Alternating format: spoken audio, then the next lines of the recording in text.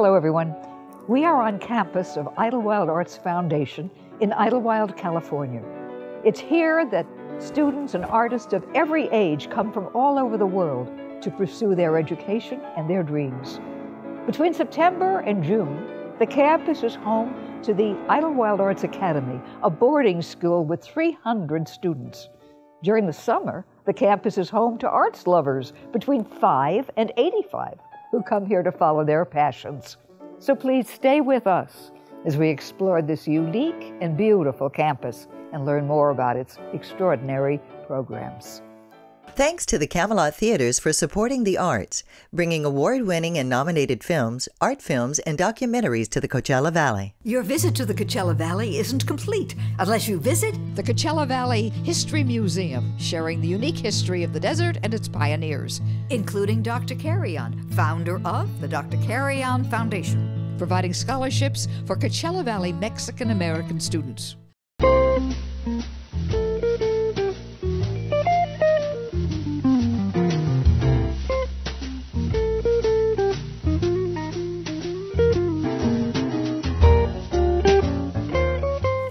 Now in the Parks Exhibition Center, and I am with Stephen Frater.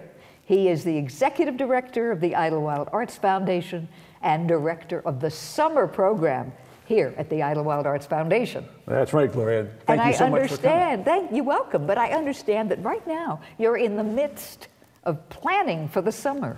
We are. Right now is perhaps our busiest time outside of the actual summer, as we put together the 120 plus courses we'll be offering next summer. 120, wow. Yes, we have programs, as you may know, for students of all ages and abilities. We have programs for children, that's kids as young as 5. We have programs for teenagers, and then probably more programs for adults than anything else. Right, and that is only during the summer because academic high school and the arts is in the winter, correct? Absolutely. The Idlewild Arts Academy operates during the traditional school year of September through June. Okay, Steve, you have quite a history here. I understand you started as a student in the summer program. I did, Gloria. I started in a year that shall remain nameless, but it was 50 summers ago, this coming summer. Yeah. I started as a 14-year-old summer student, camper, as we say, singing in the festival choir. I came for 5 summers as a kid. Student. I was a counselor here for 4 summers in the 70s. I was a faculty member here in the late 70s and 80s in the summer, and then came back to work full-time for the school in 1985. That is so interesting. What attracted you in the first place, going back to your student years? Well, I was and still am active to this day, but I was very interested in music. I was a singer. At 14, you know, who knows what we are, but I thought I wanted to be a singer. Mm-hmm. And it just so happened that the conductor of my high school choir was the conductor of the choir up here in Idlewild in the summer.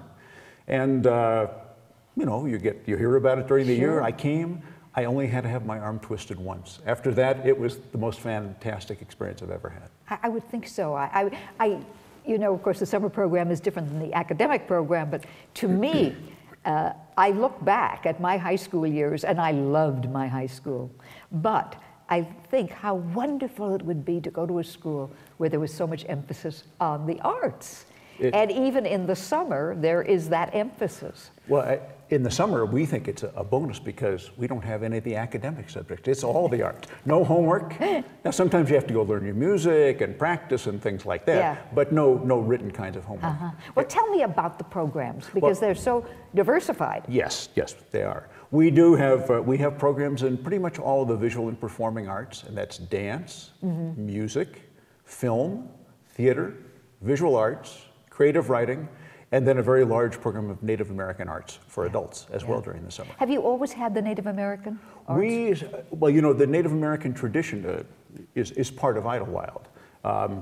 As a matter of fact, even on our campus, if you go out into our meadow, you will find in the boulders and the rocks down by Strawberry Creek, the metates, where the Indians, where the Cahuilla Indians, who actually are native to this area, ground their acorns. You know, the Indians they were pretty smart. They spent the winter down in the desert where it's nice and warm, and they would come up here in the summer And our campus was the site of an Indian campground. Oh, that's interesting. I never did realize that. Absolutely. But when you first came here, was that when it was still Isomata? Yes, it was. It was the Idlewild School of Music and the Arts. Yeah. And at that time, it was USC Isomata. It was owned and operated, or at least by University of Southern California for those years. And then what happened to make it become what it is? In 1983, the board of the Idlewild Arts Foundation was able to purchase the campus back from USC, and we were able to embark on an independent course, which happened over the years.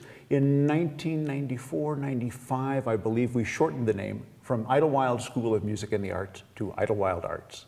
Yeah. And this is how you know us today. Which encompasses all of the arts. Absolutely. Yeah, but you also have, in the summer, performances as well as the winter, don't you? Well, we have constant.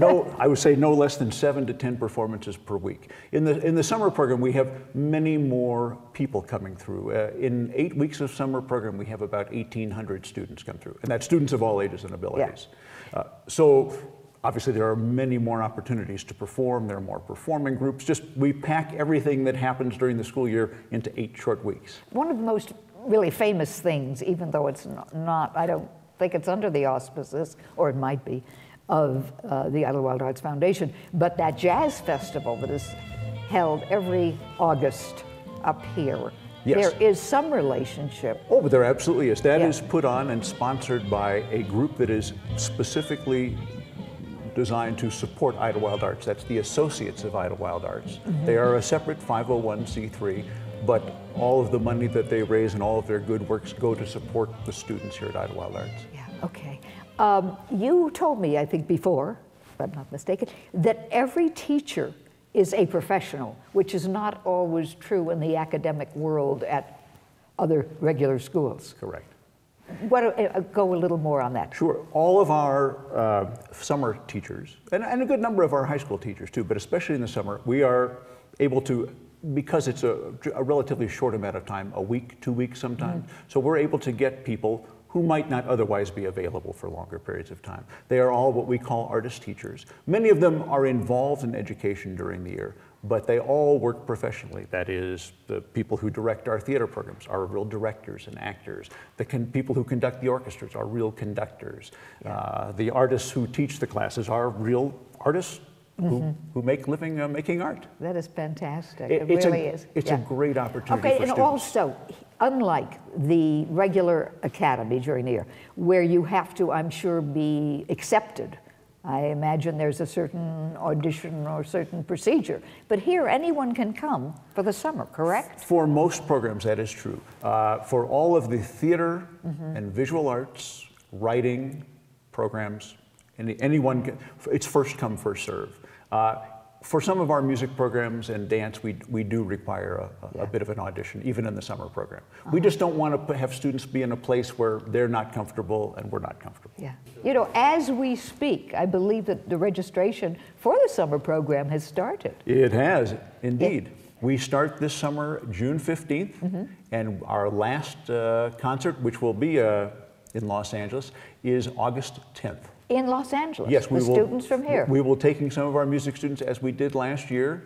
Right now the venue is not, it will either be at Walt Disney Concert Hall or at Royce Hall at UCLA. We're working with both those venues right now. That is terrific, and what an opportunity for the students in those classes. Oh, it's great. Yeah, that is. It really is. Steve Rader, thank you so much. Thank you so much, Gloria.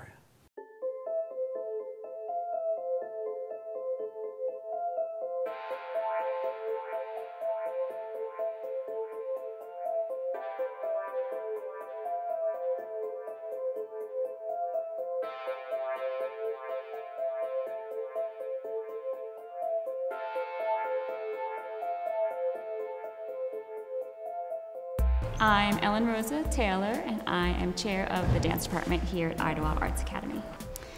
We are a multidiscipline dance program. Our students study ballet, modern, and jazz.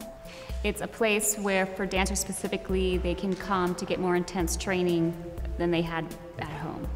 And the students dance 4.5 to 6.5 hours a day. We put on 3 productions a year. They have opportunities to choreograph their own show. They have opportunities to work with guest artists. All of our faculty has danced professionally or run their own company professionally, so they have not only teaching experience but professional world experience, which they can give to our students as they're going out into the world. We're all striving for the same goal of giving our students the passion of dance.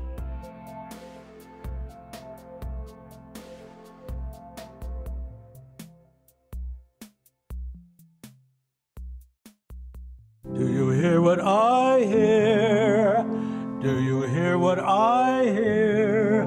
The sounds of the world are clear again. I can hear, I can hear, I can hear. Shaggy can hear, he can hear, he can hear. Why? Why? Because you took me to advanced hearing, that's why. I did. Advanced hearing, where we both got an anthem. We can hear.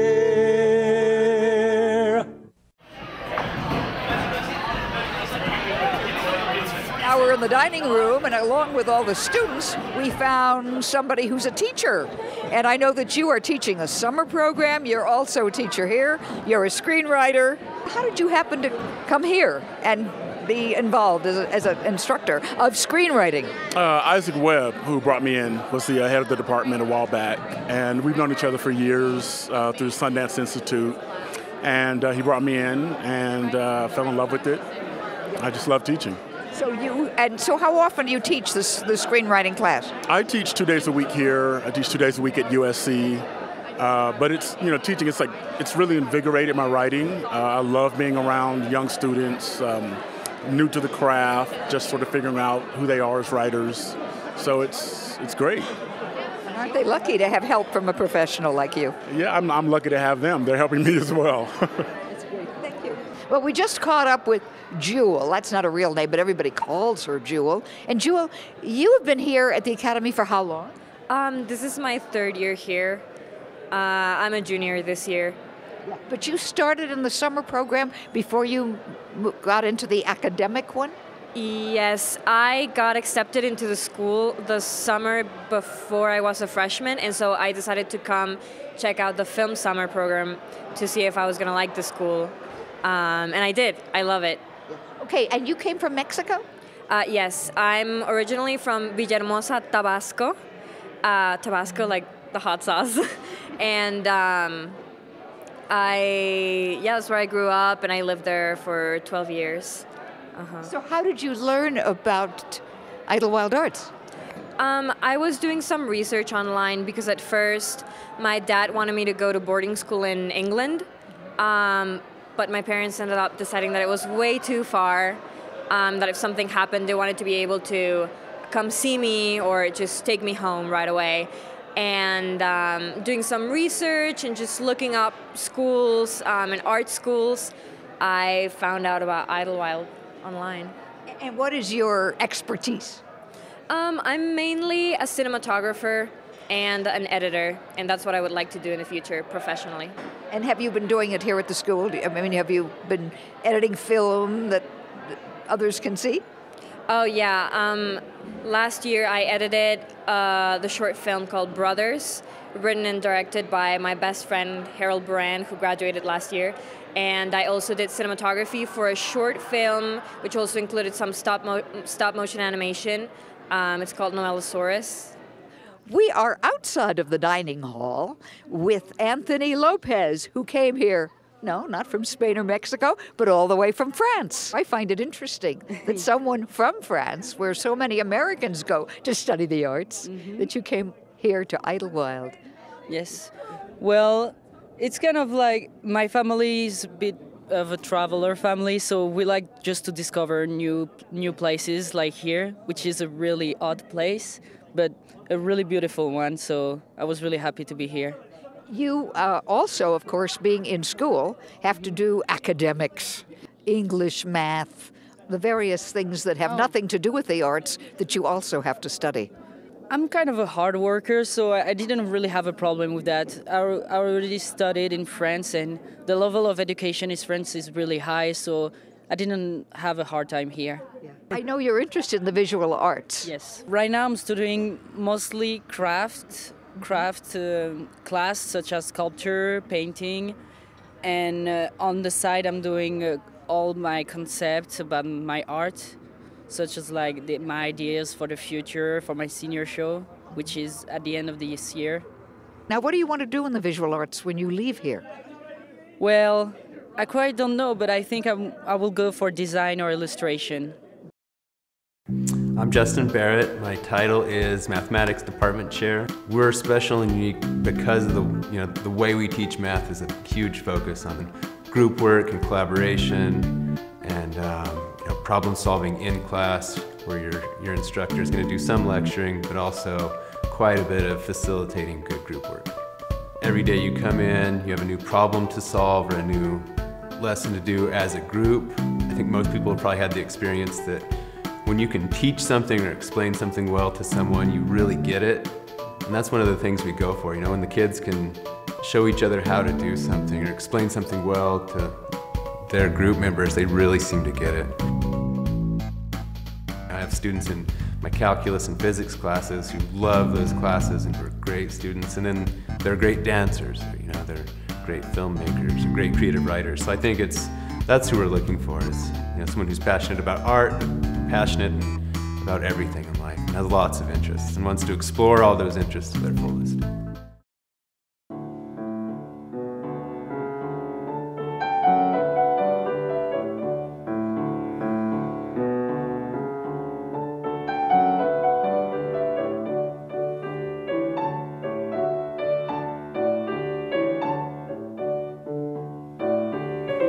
Doug Ashcraft is head of school here at the Idlewild Arts Academy. All right, now head of school means that you are head of both the academic part and the arts? Mm-hmm. How do you combine it? Well, I don't. I have people who do that. Oh. But it is, we have a year-round high school, so the kids have half of their day in the academics, math, science, all that college prep stuff.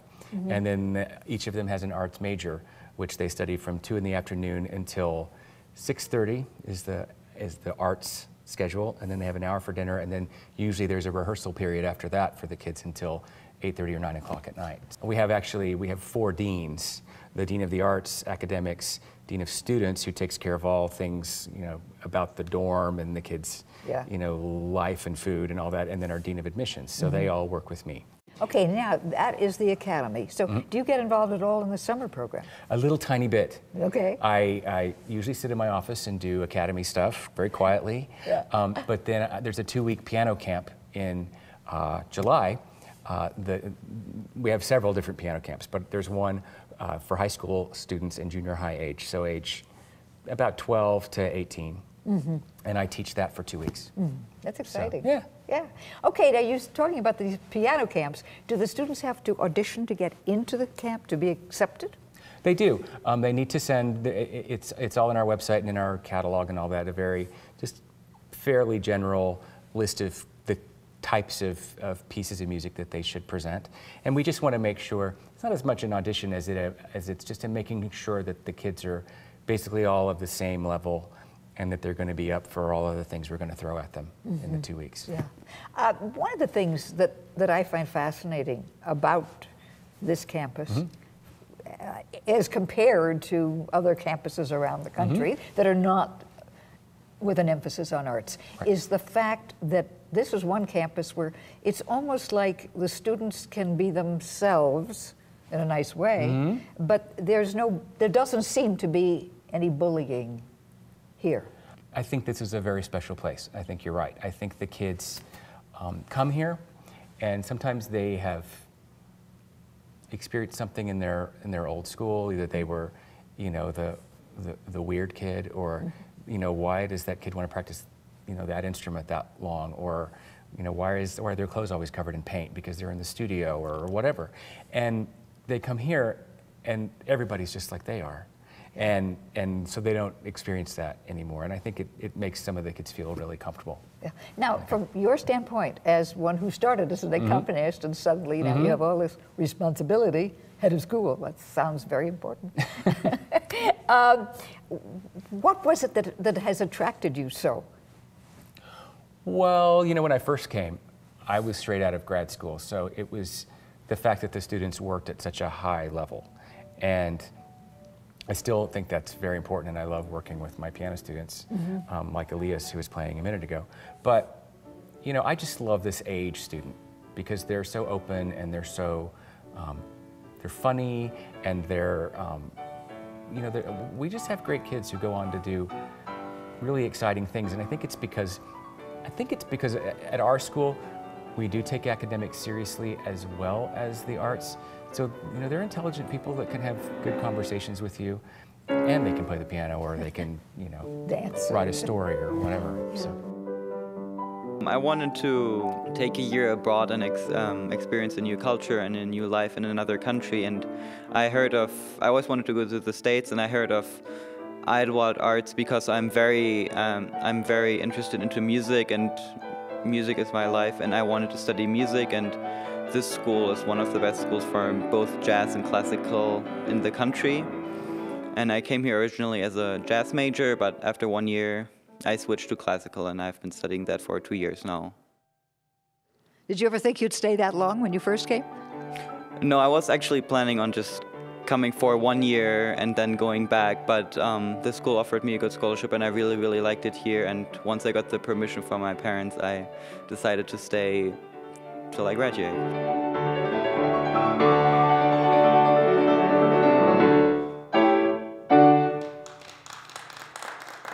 I think it's wonderful, the performance, as you mentioned, performance, that you were an accompanist, so you have performances very often. And I'm wondering about the outreach program. When I spoke to Steve earlier, he mentioned that there's going to be a performance that might be at Disney Hall or at UCLA.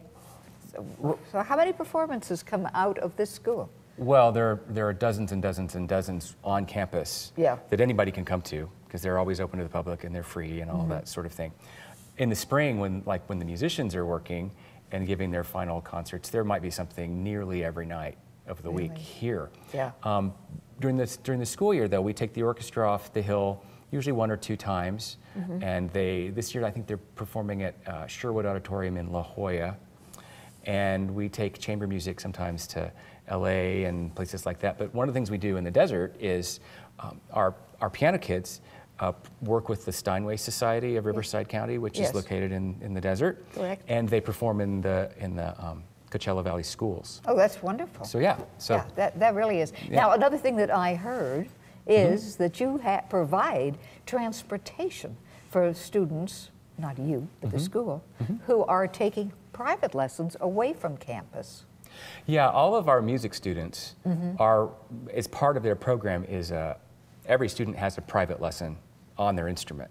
So the way that works is we have full-time faculty in Idlewild for the students that we have a lot of, say piano, the voice students study here, the violin students, because we have a number of them. But there are certain instruments that we only have 1 or 2 students, like, for example, clarinet.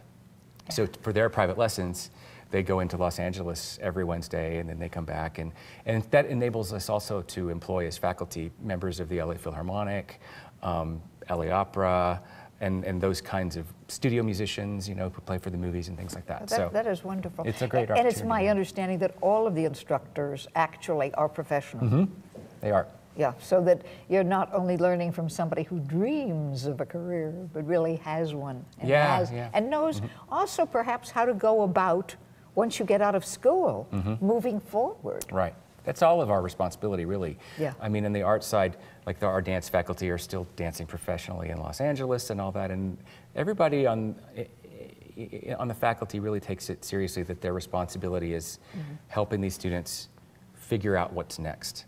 And you know, for some of them it's college and or a conservatory or that kind of program. For some of them it's, you know, like some of our filmmaking kids, they just want to go straight to Los Angeles and start working. So it's our job to kind of help them set You've that had up. some famous people involved here, and somehow the name Bella Lewitsky rings in my mind. Yeah. And did she teach here or what? What was She that taught story? here and had her company here through the 60s, I believe, and the 70s in the summer.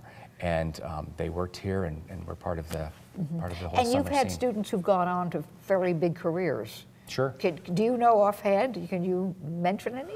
Well, we have, in the dance world, we had Neil Beasley, who is in the Trisha Brown Company, and he's one of her major dancers now. We have music students who've gone on to big jazz careers. I saw one of our kids on the Michael Bublé Christmas special like a year ago. He's the jazz guitarist that plays with him. Yeah. Some of them are not names that you would recognize, but yet they're kind of everywhere. One of our music graduates is the principal oboe of the New York Philharmonic. Oh my. And he's one of our first kids that came over from China and studied here for his education. So our kids are kind of everywhere. We had an American Idol finalist a couple years ago, and that was all fun for us to be voting, as many times as we possibly could, and all that. But his name is Casey Abrams. So very rewarding to see all this. Yeah. And our kids are really great too, because they stay in touch with us, and we have them back on our campus. And, and they come back to share, which They is do. so important, I think. Yeah. Well, So. it seems to be a very, very special place. It is. We love it here. Yeah. Now, do you live up here or rent up here and come from someplace else? I find it very interesting, the various people where they actually live and still they're here all the time. We live here. Yeah. I mean, I think most of the faculty lives either on campus with the students, because it's a boarding school. Yeah. So probably half of the full-time faculty actually live in the dorms or in houses near the dorms with the kids. And then the rest of us live in town or whatever. We have a few faculty who are still, especially, they're the arts faculty, some of them, and they're still doing enough of their performance and their whatever in LA that they actually commute. And we'll come up here and spend 3 days and then go down there for an afternoon and come back. So I think it's great. Yeah. I want to thank you so much for sharing your time with us. I've just loved being up here. Oh, I'm glad. And I'm just jealous that I did not go to a high school where the arts was that prevalent. Well, oh my. it's a special experience. Thank you so very, very much. And we do hope that you will be back with us next time. And of course, the professionals who are here during the winter, but in the summer, anybody can come up. They don't have to have any kind of artistic background. They might just enjoy it and have the passion, right? Absolutely. Yeah. Okay. Yeah, it's Thank great. you so Thank very, you. very much.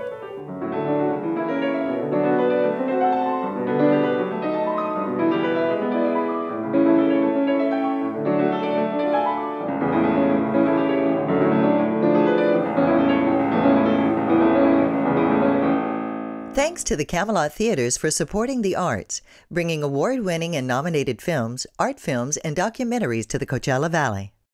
Thanks also to Palm Springs Life for 50 years, California's prestige magazine. The Palm Springs Air Museum, a nonprofit educational institution whose mission is to exhibit, educate, and eternalize combat aircraft and our veterans. In addition to flying aircraft, artwork, and library sources, perpetuate American history for future generations.